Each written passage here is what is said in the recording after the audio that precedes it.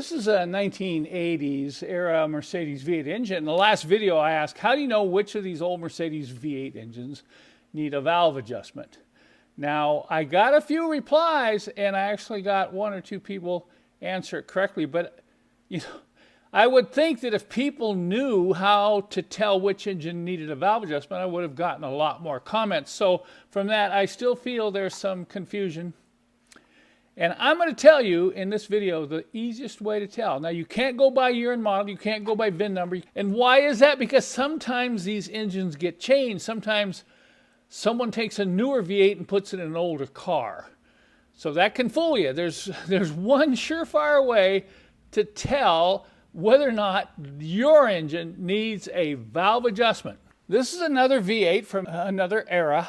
You can see there's some difference, particularly in the top part of the engine, and that's all related to the fuel injection system. I had a couple people say, well, only Deetronic engines need valve adjustments. And that's true, but a lot of people don't know what Deetronic is, particularly when they've just obtained one of these old V8s. So the best way to tell is by the type of fuel injection the engine has. So in order to determine if your V8 needs a valve adjustment or not, all you have to do is look at the fuel injectors.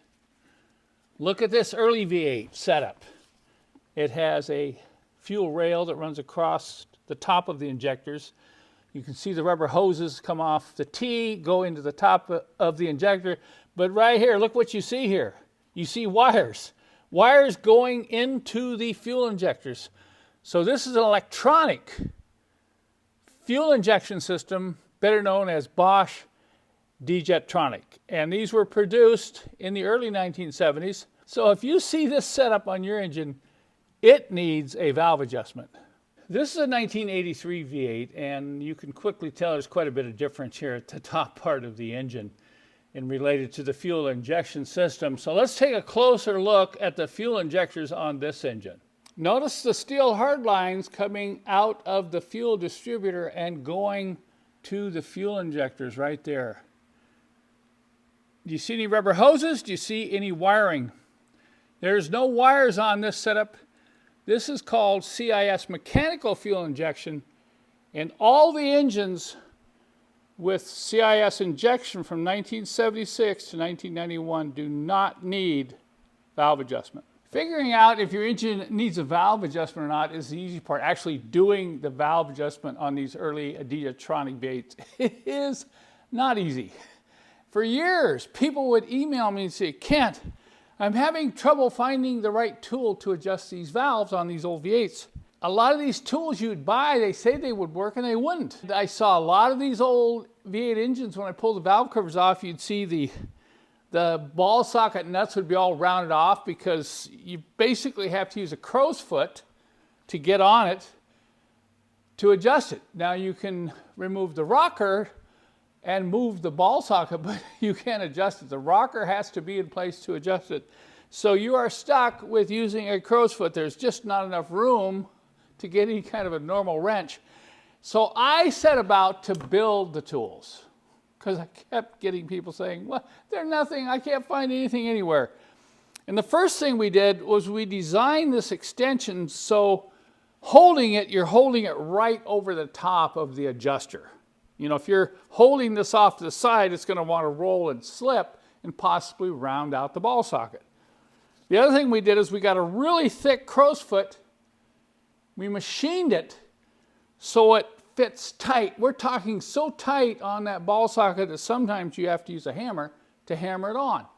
So when you get on this with a wrench and start turning it, it's not going to slide off and round off those ball adjusters. Now, sometimes it will not budge, and I say to people, if you have to use more than 80 foot-pounds, you got to be careful because you can spread the crow's foot. If you're trying to move it with 100 pounds of torque and it's not moving, you need to remove the rocker arm so you get a socket. And I'm going to show you in the following video example of the challenges and what you have to do this. Some of you have probably seen these type of spring compressors on the internet for sale.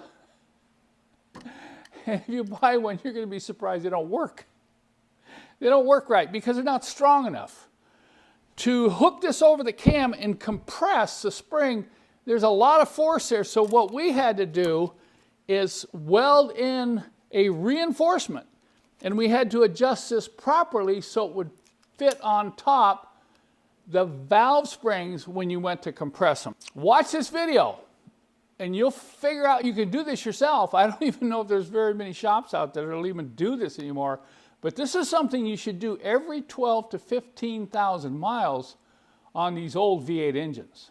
The early engines had mechanical adjustable lifters for the valves. So you had to set the clearances. Every 12 to 15,000 miles, you needed to take the valve covers off and adjust the valves. When they came out with the CIS injection in '76, they went to hydraulic lifters. And we still get a lot of confusion. Just last week, I got an email. A guy had a 1980 450 SL, and he wanted to know how to adjust the valves. Well, they're not adjustable because they're self-adjusting hydraulic lifters. In these early V8s, the 3.5 and 4.5 V8s, you do have to adjust the clearances on these lifters, and it can be a real pain. Let me explain why. So let's say you get one of the early Mercedes with this engine, maybe a 450 SL, or like this came out of a 280 SE 4.5, and you read up on doing a valve adjustment. You think, man, that's pretty easy. You know, they're telling me in the book that I have to go through a certain procedure. You know, I want to get the cam, usually get the camshaft lobe pointing up. This one's off the side a little bit, but for the illustration here, it's fine. And you find out, well, the first thing you have to do is you have to remove this clip. You go ahead and you remove the clip. Okay. Then you get your feeler gauge, and of course you find the proper clearance and you determine whether or not it's an intake or an exhaust. This particular is an exhaust valve, so you find out what the clearance should be. You put the feeler gauge in there. It's a little loose, so you need to tighten this up. And it says get the wrench. There's a wrench available, special wrench that you get on this ball socket adjuster. There's only one nut you have to turn. It's not like the diesels where you have to hold one nut and turn the other one.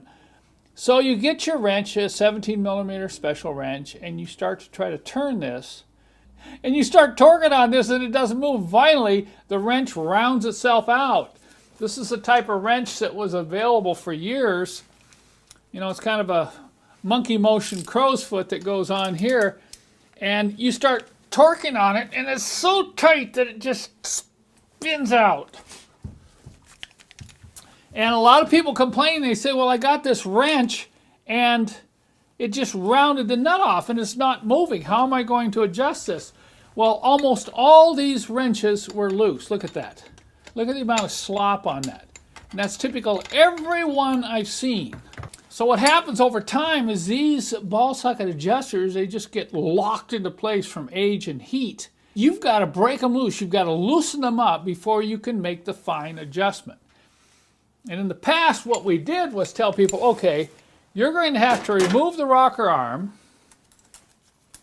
If you get the rocker arm off, then you can get a 6-pointed socket on the ball adjuster, and you can go back and forth, kind of get it loosened up. Then you can put the rocker back on, and then this type of wrench, even though it fits on there loosely, you're going to be able to move it either in or out to get the proper adjustment with the feeler gauge back here. And so enter our custom valve spring compressor. We're going to compress the valve spring and get that rocker arm out of there. Okay. Okay, the rocker arm's out.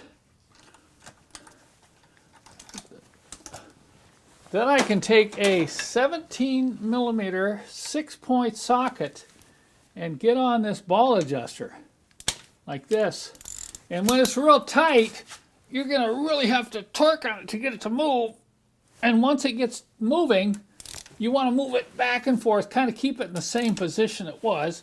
Maybe move it back and forth 3 or 4 times, and you'll feel it start to loosen up to where it's not taking 70 to 80 foot-pounds of torque, more like 40. All right, now once it's moving like this, then we're going to compress the spring and slide this straight in like this. Okay. Now when you're done, there should be just a little bit of play. If you don't have any play here and the and the lobe is up, it means you're way out of adjustment. Or if there's a lot of slop, you got to check and make sure you didn't pop that keeper out on top of the valve spring. Now let's take that original wrench, which was typical of the wrenches available for years, and watch this now. See, I can move it. So once you've got the ball socket adjuster to move, having a real tight fitting crow's foot is not that critical. So you can, put this in here, get the feeler gauge in position and tighten and loosen this till you get a little bit of drag on the feeler gauge, and you've got your adjustment. I'm not going to go through all the specific details on the adjustment of these valves. There's plenty of information available in the manuals and on the internet. I'm just going to deal with the problems. Well, recently, I've gotten 2 or 3 emails, Kent, there's no tools available to get on there to adjust those valves anymore. And you can't do it with a straight, you try to go in there with a straight crow's foot and just a straight extension, it's just going to just slip right off because you're torquing to the side. That doesn't work. So I got Jerson and I said, hey, let's go to work and get a tool that will work. This is what we came up with right here. See that? We had to do a special bend on an impact extension. Then we had to get a very thick, heavy-duty crow's foot that would not spread under heavy torque. And then we had to weld it so it's a very tight fit. Look at this. See how tight that is? No slop. In fact, if your edges are rounded out a little bit on your adjusters, you may have to take a hammer, kind of tap it on like that. Our hope was we could do this tool so you would not have to remove the rocker. Now I'm going to say right here, I'm going to have a disclaimer on my website that if you try to use more than 80 foot-pounds of torque on this particular crow's foot, there's no warranty. It is possible. I mean, I don't care what the crow's foot is made out of. If you overstress those jaws, you're going to loosen them up. But most of the time you can get these loose with around 80 foot-pounds or less. Let's see what this one does right now. I'm going to hold the wrench kind of straight out, and then I'm going to hold on to this bar that we put on the extension and hold it tight into the camshaft. See what I'm doing there? All right, let's see if we can get it to break.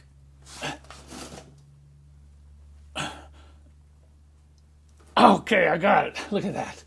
Then I can reverse, hold it in tight. Man, that's tight. I'm getting too old for this. Once you get it to move a couple times, like that, I'd say 3 or 4 back and forth. Okay, now I can pop the clip off and get the feeler gauge in there and do the adjustment. And I did not have to remove the rocker arm. Now we're going to go into production on this special tool. And for those of you out there that have these early 3.5 and 4.5 V8s, don't neglect adjusting your valves because it will affect the performance of your engine.